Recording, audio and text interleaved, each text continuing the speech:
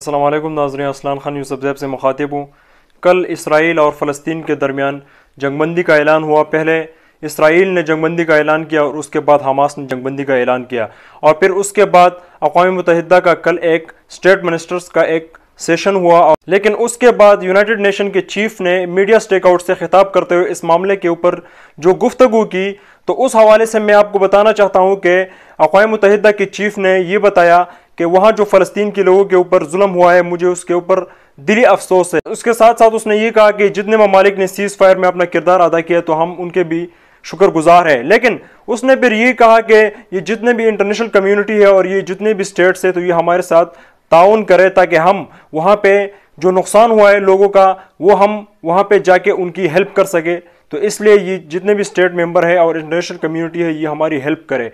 लेकिन और उसके बाद उसने ये कहा कि इस मसले का हल ही सिर्फ दो रियासतों का क़याम है, तभी ये मसला हल होगा और हम एज ए यूनाइटेड नेशन हम दोनों स्टेट्स पे और ख़ासकर इसराइल पे जोर देंगे कि वो जो है इस नेगोशिएशन यानी वहाँ पे बातचीत को वो तवज्जो दे और टू स्टेट सोल्यूशन के ऊपर वो आए। लेकिन जो बात ज़रूरी है वो ये है कि आप मुझे ये बताएं कि इसराइल ने जो जुल्म किया, तो इस जुल्म का हिसाब कौन लेगा? इसराइल ने वहाँ पे जो औरतों के ऊपर तशद्दुद किया, सिर्फ इन पिछले 11 दिनों में वहाँ गजा में उन्होंने 230 के करीब लोगों को शहीद किया और उसमें सबसे ज़्यादा सिविलियंस में बच्चे और औरतें शामिल थी, ख़वातीन शामिल थी और वो बेगुनाह लोग थे।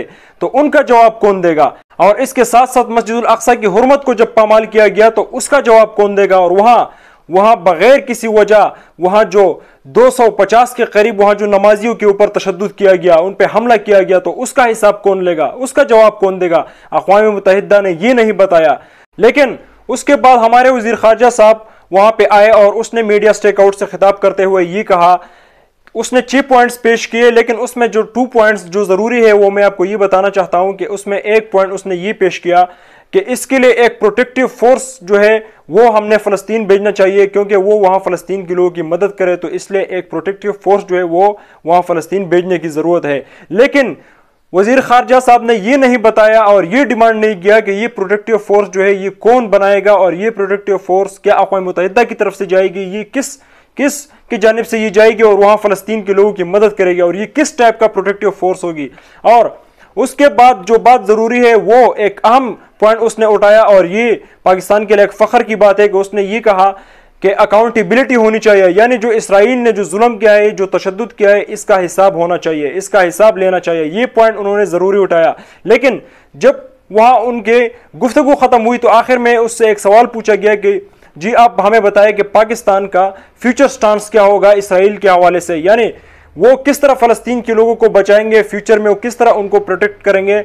तो वज़ीर ख़ारजा साहब ने एक अजीब सी बात कही, मुझे तो समझ नहीं आ रही है कि ये हमारे स्टेक होल्डर्स को उन्होंने ये मेंटेलिटी किस तरह इख्तियार की है, वो किस तरह इन चीज़ों को लेकर चल रहे हैं और क्या हमारी फॉरेन पॉलिसी और इस्लामिक फॉरेन पॉलिसी इस तरह होनी चाहिए?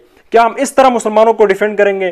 तो जब उससे ये सवाल पूछा गया कि आप किस तरह फ़लस्तीन के लोगों को प्रोटेक्ट करेंगे, तो उसने आगे से कहा कि जी हम अक़वाम मुत्तहिदा को जो ह्यूमन राइट्स काउंसिल है हम उसमें जाएंगे और उनकी अटेंशन हासिल करेंगे। फ़लस्तीन के लोगों के ऊपर जो जुल्म हुआ है तो उस हवाले से हम उनकी अटेंशन हासिल करेंगे।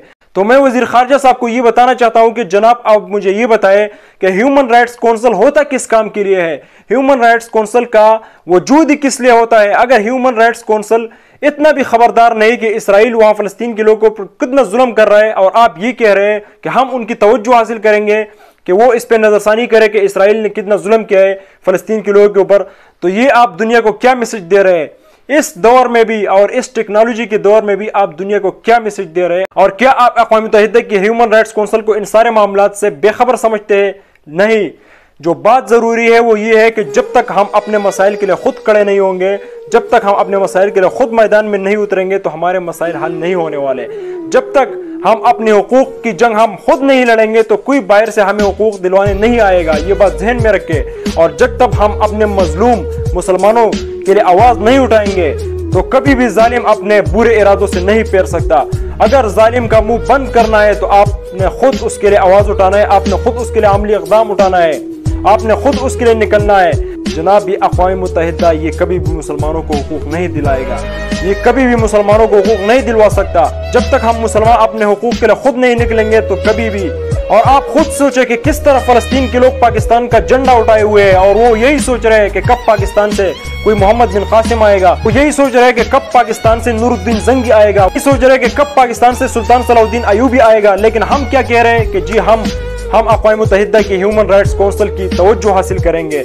हम उनको बताएंगे कि फलस्तीन के लोगों के ऊपर कितना जुल्म हुआ है। अगर इस तरह मुसलमानों को उनके हुकूक मिल सकते थे तो आज दुनिया में सिर्फ मुसलमानों के ऊपर आग ना लगी होती, आज दुनिया में सिर्फ मुसलमान ही ज़लील ख्वार ना होते। अगर अक़वाम मुत्तहिदा और ये ह्यूमन राइट्स काउंसिल मुसलमानों के हुकूक के लिए इतना संजीदा होती तो आज मुसलमान इस तरह दुनिया में तबाह व बर्बाद ना होते। मुख्तसर सिर्फ ये कि अपने आप को और ख़ासकर अपने गिरबान में सोचना चाहिए। ये एक मुत्तहिद होने का वक्त है, ये एक इस्लामिक मिलिट्री अलायंस बनाने का वक्त है और ये जालिमों के खिलाफ खड़े होने का वक्त है और ये अमली इक़दाम करने का वक्त है। आखिर में नए दोस्तों से यही गुजारिश है कि मेरे चैनल को ज़रूर सब्सक्राइब करें ताकि जल्द आपसे अगली वीडियो में मुलाकात हो। अगर वीडियो अच्छी लगी तो वीडियो को लाजमी शेयर करें। तब तक अपना ख्याल रखें। पाकिस्तान हमेशा पाइंदाबाद।